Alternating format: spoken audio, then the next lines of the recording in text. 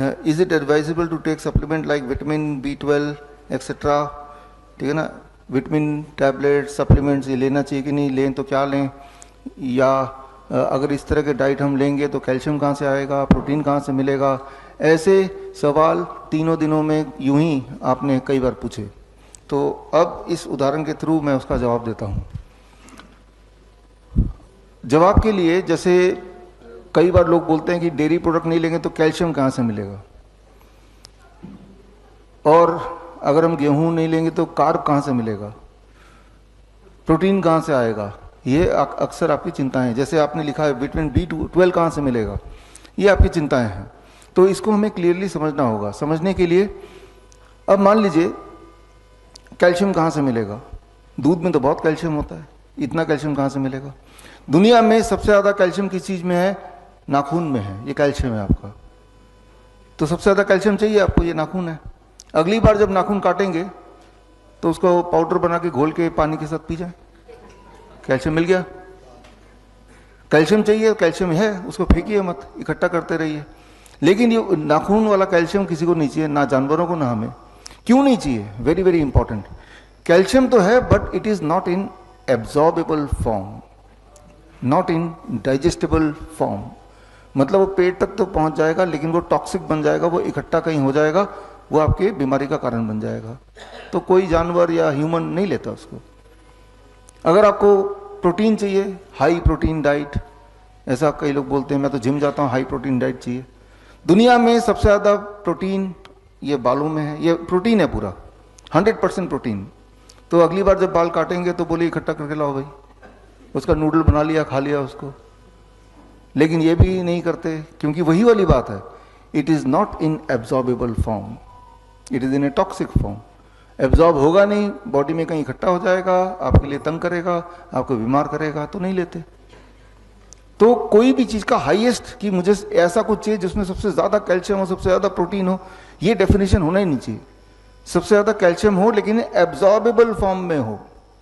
Similarly dairy product में जो calcium है तो ज़्यादा, but it is partially absorbable, not completely absorbable. आप ये देखेंगे जिन जिन जगह पे दूध ज़्यादा यूज़ होता है उन उन जगह में, जैसे स्विट्ज़रलैंड है, डेनमार्क है, स्वीडन है, जहाँ सबसे ज़्यादा डेयरी प्रोडक्ट लेते हैं। और ये वो देश है जहाँ पे हड्डियों की बीमारी टॉप मोस्ट नंबर पे है। भारत में वेस्ट बंगाल है, यहाँ पे वेस्ट बंगाल कुछ लोग वेस्ट बंगाल से आए हैं ना यहाँ पे, है ना। तो वेस्ट बंगाल में आप देखेंगे, कोलकाता में देखेंगे तो एक दुकान मिठाई की है, दूध की बनी मिठाइयाँ हैं, एक दुकान केमिस्ट की है, फिर दुकान मिठाई की, फिर केमिस्ट की। ऐसे ही होता है, नज़र दौड़ाएंगे तो दिखेगा। और लोगों की नज़र दौड़ाएंगे तो हर एक को हड्डियों की बीमारी है, उंगलियां सीधी नहीं होती, टेढ़ी रह जाती हैं, चलते हैं तो लंगड़ा के चलते हैं। और तब जब मैं बोलता हूँ अपने कजन्स को क्या हाल बना रखा है अपना, कहते हैं देखो ये भी ऐसा है, ये भी ऐसा है, ये भी ऐसा है। उन्हें लगता है कि इतने उम्र में ऐसा होना ही है, ये स्वाभाविक है, ये कोई बीमारी नहीं है। सबका लाइफस्टाइल एक जैसा, सबकी बीमारी भी एक जैसी ही है। फिर अभी मैं 3-4 दिन पहले वियतनाम में था, वियतनाम में हमारे सेंटर्स हैं, वहाँ दूध एक्सपोर्ट होता है, वहाँ हड्डियों की बीमारी एक भी नहीं देखेंगे आप, वहाँ देखेंगे है ही नहीं। थाईलैंड में हड्डियों की बीमारी नहीं है, बिकॉज वहाँ पे consumption of the dairy is very very less, है ही नहीं। बनता तो है लेकिन एक्सपोर्ट के लिए बनता है वो। तो मैं ये बोलना चाह रहा हूँ कि न्यूट्रिशन की बात कर रहे हैं, सप्लीमेंटेशन की बात कर रहे हैं, तो हमें न्यूट्रिशन वो लेना है जो बॉडी को एब्जॉर्बेबल फॉर्म में मिल जाए। सबसे ज़्यादा एब्जॉर्ब फॉर्म में कब मिलता है, जब उसके स्टेट को हम बदले ना। जैसे फ्रूट्स ले रहे हैं, वेजिटेबल्स ले रहे हैं, 100% एब्जॉर्बेबल फॉर्म, 100%। तो उसमें मात्रा में कम है लेकिन जितना है वो पूरे उसी तरह बॉडी में जा रहा है। दूध में मात्रा में अधिक है लेकिन वो जा नहीं रहा है, वो अटक रहा है, तो हमें नुकसान पहुंचा रहा है। कोई बोलेगा कार्ब कहाँ से मिलेगा, हमारा तो गेहूं बंद कर दिया। दुनिया में सबसे ज़्यादा कार्ब किस चीज़ में है, लकड़ी में है। ये कार्ब भी है, सेलुलोज, 100% कार्ब, राइट। तो इसका भी पाउडर बना के चटनी में घोल के पी लो, चटनी बना के, तो कार्ब ही कार्ब है ये। लेकिन वुड, लकड़ी कोई भी नहीं खाता। क्यों नहीं खाएंगे, क्योंकि ये एब्जॉर्बेबल फॉर्म में कार्ब नहीं है। तो डेफिनेशन ये है कि वो फूड लेना है जिसमें कार्बोहाइड्रेट, प्रोटीन, विटामिन, कैल्शियम बहुत ज़्यादा हो लेकिन जितना भी हो वो एब्जॉर्बेबल फॉर्म में हो। तो जो डीआईपी डाइट आप ले रहे हैं, इसमें वही चीज ले रहे हैं जो बॉडी एब्जॉर्ब करेगा, टॉक्सिक नहीं बनाएगा, है ना। तो आपके सवाल का पार्शियल जवाब तो ये होता है कि हमें सप्लीमेंट लेना नहीं है, लेकिन आपने स्पेसिफिकली लिखा है कि विटामिन B12 का सप्लीमेंट लेना है कि नहीं, क्योंकि आपको आइडिया है कि विटामिन B12 तो किसी प्लांट में होता नहीं है, और हमने 3 दिन से आज भी प्लांट ही लिया है, फ्रूट्स लिए, वेजिटेबल लिए, डेयरी प्रोडक्ट तो लिया नहीं। तो यानी कि आपने 3 दिन से विटामिन B12 नहीं लिया और इसी डाइट पे रहने वाले हैं आगे, यानी कि आपके बॉडी में विटामिन B12 जाएगा नहीं। तो मुद्दा ये आता है कि जाएगा नहीं तो विटामिन B12 डेफिशिएंसी हो जाएगी, तो क्या करें। अब इसको ऐसे समझिए, एक गाय है, एक भैंस है, गाय के दूध में B12 होता है। गाय के दूध में विटामिन B12 कहाँ से आता है? गाय भी तो दूध नहीं पीता ना, गाय भी तो अंडे मछली नहीं खाता, तो उसके दूध में विटामिन B12 आता कहाँ से? वो तो घास खाता है सिर्फ। तो जब आप रॉ वेजिटेबल्स एंड फ्रूट्स खाते हैं तो उसमें there are certain good bacteria also, धोने के बाद भी, और वो पेट में जाता है, वो आपकी बॉडी की मदद करता है विटामिन B12 बनाने में। एक्चुअली विटामिन बॉडी बनाती नहीं है, लेकिन वो माइक्रोब बनाते हैं।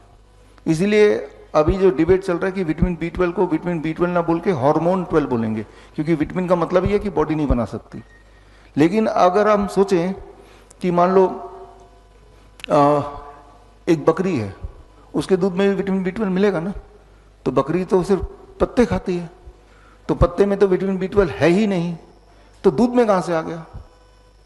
पत्ते में होता नहीं है और बकरी के दूध में विटामिन B12 होता है, तो कहीं बॉडी से ही आया होगा। तो विटामिन B12 की, जैसा आपने सवाल पूछा, चिंता करने की जरूरत नहीं, क्योंकि आप खूब सारे वेजिटेबल्स एंड फ्रूट्स आप ले ही रहे हैं, इसीलिए वो डेफिशिएंसी नहीं आएगी। ये डीआईपी डाइट बनाए हुए मुझे करीब 12-15 साल हो गए हैं। आज भी मेरे साथ ऐसे पेशेंट्स हैं जो 12 साल से मुझे फॉलो कर रहे हैं, और तब से डीआईपी डाइट, मैं तो 20 साल से कर रहा हूँ। तो हालांकि मैं अपना चेकअप नहीं कराता हूँ कभी भी, लेकिन उन लोगों ने यूं ही out of curiosity B12 check किया तो उन्हें कमी नहीं पाई नहीं गई। क्योंकि कमी कब होगी? जब आप vegetables and fruits raw form में नहीं खाएंगे तो कमी होगी। तो वेजिटेरियन लोगों को, या वीगन जिसे बोलते हैं ना, वीगन का मतलब क्या है? जो लोग डेयरी प्रोडक्ट नहीं लेते लेकिन कुक्ड फूड लेते हैं, तो कुक कर दिया तो अब विटामिन B12 बॉडी नहीं बनाएगी, लेकिन रॉ ले लिया जो आप ले रहे हैं, विटामिन B12 बनाएगी। सारे विटामिन, सारे मिनरल आपके बॉडी में रहेंगे, कोई दिक्कत कभी नहीं आएगी। बड़ी से बड़ी बीमारी का आसान से आसान इलाज घर बैठे ही हो सकता है। अधिक जानकारी के लिए कांटेक्ट करें नियरेस्ट Dr. BRC clinic@home।